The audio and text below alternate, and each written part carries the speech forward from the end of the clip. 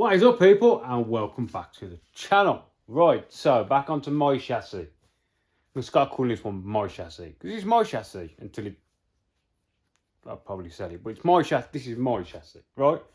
So all the back is in. So we've got our main X, and then we've got our A frame, we've got our thing in the back. So I've started welding this up.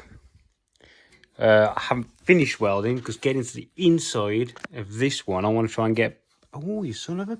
That's sharp. Try and get a bit better access to get that one down.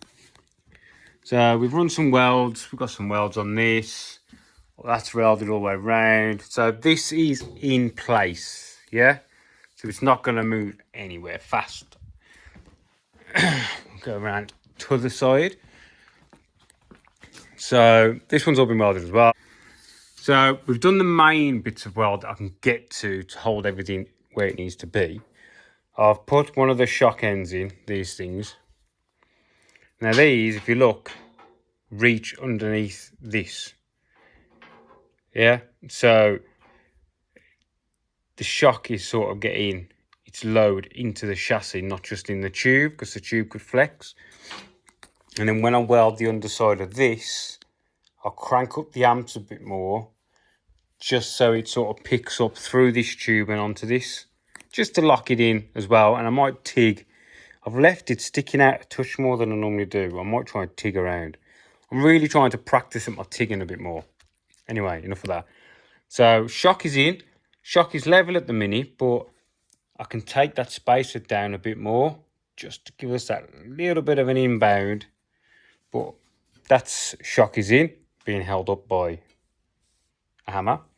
Just to get an idea of, because you have angle, you want it angled, because when it compresses on a Mini, if you go past zero, like past parallel, it starts coming forward, doesn't it? So you want to counteract that. If you've got it perfect, when you come past, you're going to be doing that.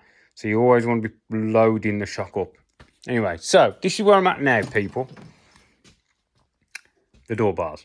I can't figure out what I want to do, because that's the door frame. Like, that's the aperture. Yeah? That's the center. That is the same height as that, which is the same height as that. Now, if I run a nice straight bar, like an old school, just straight bar, and then two little pieces, it gets this a lot smaller, yeah? It makes it a smaller profile.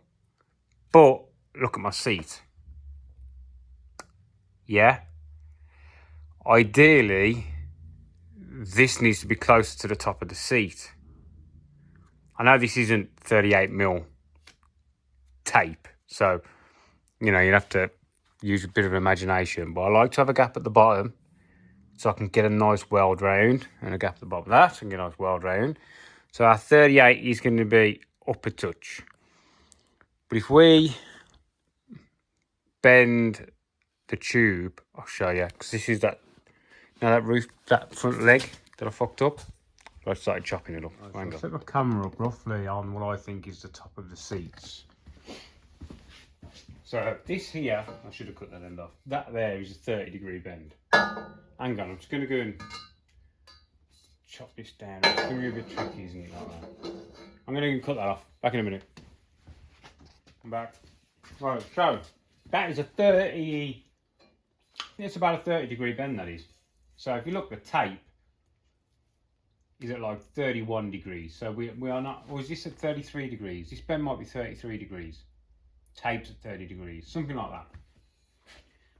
So this is 45mm as well, so you've really got to use your imagination. But imagine this is a piece of 38, and you see on the bend how it's used pretty much all of this area, right? So the bottom one will be about there, give or take, you know, yeah? So the bottom of the top one is going to be at the top of the tape. You get me? because it can't be there because that's where the other bar is. So it will be higher, which will get us close to the top of our seat. Yeah? So what I'd have to do is run the bottom of the X over there where it needs to be. And the front of the X can actually go a bit higher. Yeah?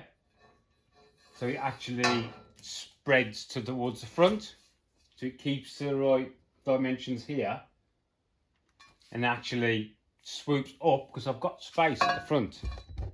See? There's space here where this tube can go up. See? And then once we've got the anti-intrusion in here as well, then it's still going to be solid no matter what the gap. So I'll put the seat in just so I can see what it's going to be like to get in and out of. So if I can peel this open, yeah. Say if we move this tape up to say there, yeah.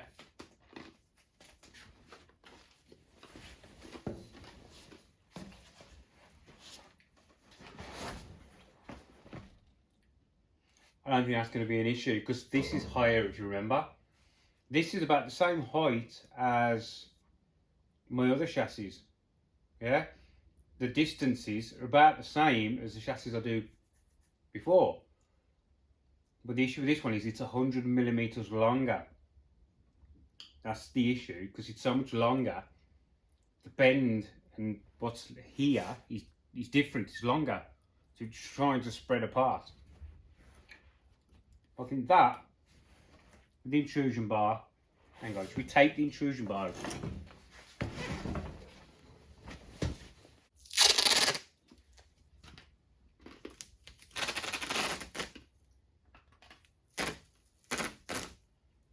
This is just going to be a rough guesstimate, by the way.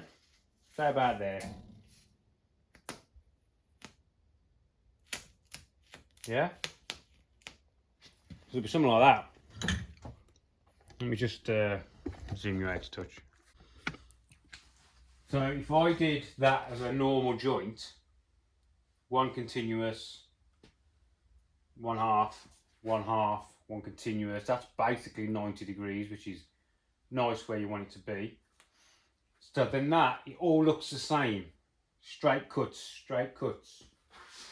But there it is, I can make it bow, which will give me the extra height. Ideally you want your door bars to be minimum to the top of your seat, minimum. Because you don't want a bumper to come in. You know what I mean? So you've got a higher car, their bumper could come in and over your seat. Do you know what I mean? So the idea of the bar is to be as high, or if not higher, than the side of your seat. So you can't get squished. Yeah? But I don't think that's be too bad. Yeah? So then we might as well. So I think my seat's probably going to be about there-ish. So now last bar, we'll do from about here to about there. It's going to be somewhere around there to there, which is door frame, and that will probably have a bend in it to come out to match the body. It's going to be something like that, which don't look too bad considering the area I'm working to. The only other thing I could do is move. Normally I have these quite a bit higher, but because the chassis is so much longer,